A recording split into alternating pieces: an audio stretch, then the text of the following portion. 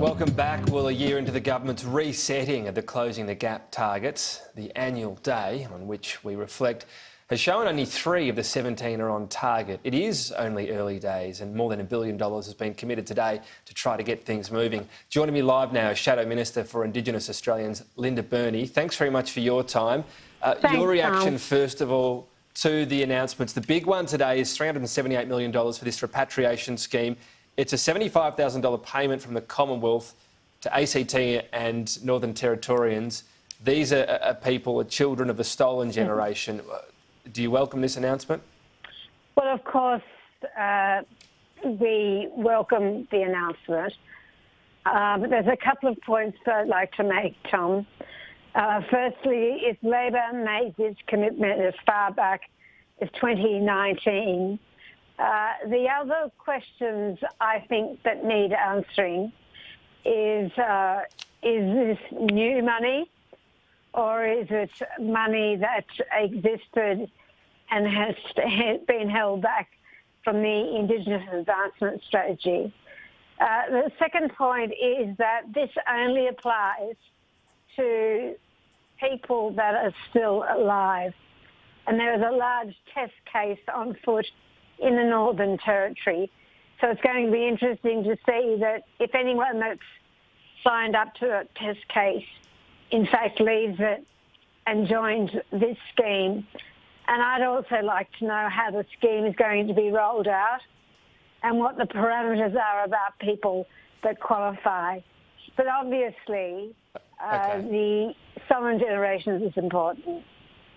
So some of those questions only the Minister can ask, but when you are talking about including people who have since died, isn't it better to perhaps target it to, there's only so much money that can be spent by the federal government, so target it to people who are alive, and it means other money is free for things such as education and health and closing these other 17 gaps? I understand the logic that you're putting, Tom, but the important thing to understand is that the ongoing trauma, intergenerational trauma of the stolen generations is felt by families, not just individuals.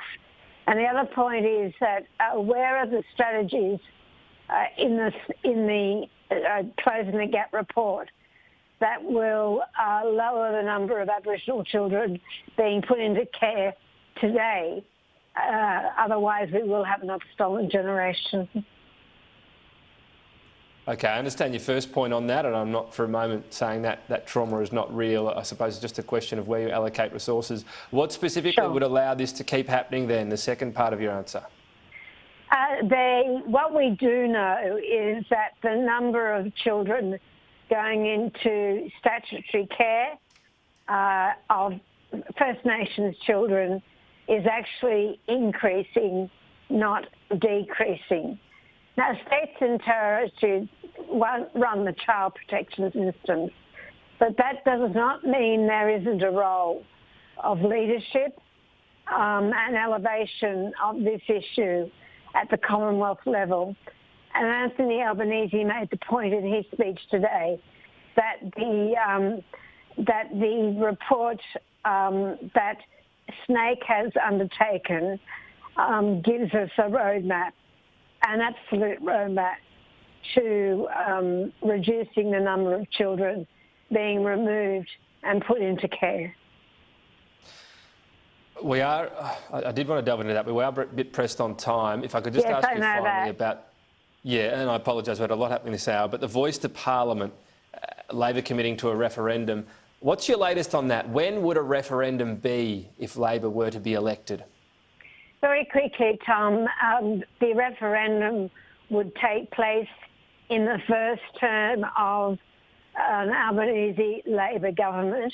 We've made that commitment repeatedly. And that's before the following election, that's sometime in that term, just to clarify? In the next term of the Parliament, if Labor is elected.